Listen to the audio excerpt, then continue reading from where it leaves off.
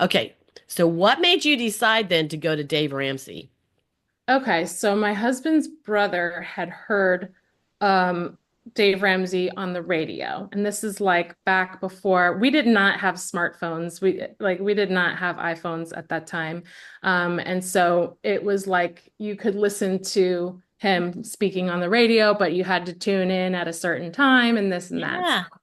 Um, he started listening to Dave Ramsey on the radio, and then he told me to start listening to Dave Ramsey.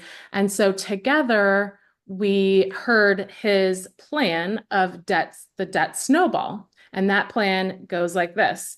You list all your debts from the smallest to the largest, okay? And then you start tackling the smallest one first.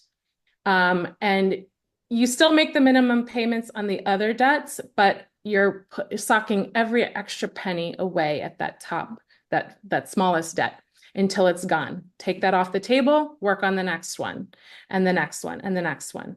It can take years to climb out of that hole because you are paying interest. Mm. And like there's a verse in the Bible that says the borrower is slave to the lender. Oh yeah. And so it when you don't have debt and you're investing, you are making so much gains on that money. But when you're in debt, you're paying someone else to make gains on your money. And so it is just a very difficult hole to climb out of. Um, so we heard about this, but it felt so impossible because we had so much debt and we didn't have enough income to live on. And we had a lease on an apartment. So we moved in with my husband's parents. Okay. They didn't give us money, but they allowed us to live with them for about a year and a half. And in that time, I was working two jobs and my husband was working three jobs and going to school. And so he didn't have a day off at all. He worked 7 days a week Mm. and even nights, you know. And for me, I worked my two jobs, and it was really tough because like I did not enjoy those jobs at all. That was not what I wanted to do with my life. I was really struggling mentally and emotionally. We were struggling financially. But when we lived with his parents, we put every single penny towards our debt. We did not go out on date nights. We did not spend money on alcohol or drinks or fun things, vacations. We didn't do any vacations. And like I just remember daydreaming about going on a tropical vacation. And I would tell him all the time, I want to go on a tropical vacation. We still say that. We still say that. But now we can do that. But back then it was just like every single penny went to paying off our debt. And we were very blessed, like to have his parents allowing us to live, you know, there at their house. But it was still very, very hard, very challenging. And to watch everyone else around us, our peers, just spend money like it was nothing.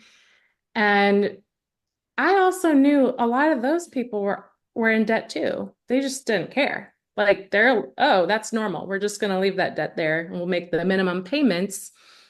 They weren't looking at trying to get out of debt, Talk you know? about snowball. That debt will snowball to such a big ball rolling down the hill that you Yep. feel like can you imagine? It catches up with you at some point and runs over you. Yep.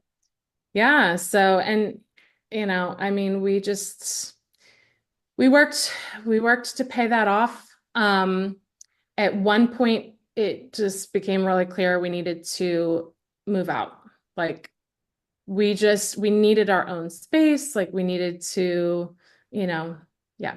So we saved up just enough to put a very small down payment on a house. This was like 2010 at this point. That's So we had really been big. yeah, we had been working for 2 years to get out of debt. We saved up like $3,500. It was not a lot. But the economy was still so bad and the housing market was so far down that like we got a foreclosure in Peachtree City, which is almost unheard of. Um, and we just got this phenomenal deal on a house. it was just timing. It wasn't like we timed the market and said, oh, this is a great time to buy real estate. It was like we just got lucky No, to I look at that as a great blessing also because that's a you're huge looking blessing. at it as timing and such, but you know, because you guys worked together on trying to figure it out, went and got help, and then like stuck to the plan. I mean, think about you had to stick to the plan in order to get out. So here you have $3,500. And during Yeah. that time, it was a lot of money because the banks also quit loaning money because they had gotten in such a mess during that time. And actually, we have rental property. And so, because we had six rental property during that time, the 2008, we didn't lose anything, but we had bought foreclosures also for property. Okay. Um, so we had this property and we had perfect credit and we always paid our bills.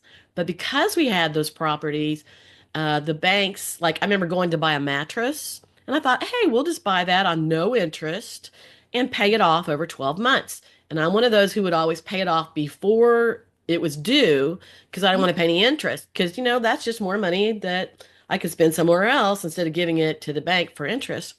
Exactly. And we went to buy a mattress, and we had never been denied anything because we always pay our bills. And like I said, we owned our house and six properties, and we couldn't get a loan to, I mean, like they wouldn't approve us because we were so heavy with different, you know, smaller house payments for those properties. But because Yeah. we're so heavy with that, we couldn't get a loan on that. So Yeah. this We was a actually had a blessing. similar thing. Yeah. Well, when we were buying our house, I mean, obviously we're looking at interest rates and they're kind of going up and down each day, just a tiny bit. But we were trying to lock in the best interest rate that we could get. And we did not get a great interest rate, even though we had paid off almost all of our debt at that time. Wow.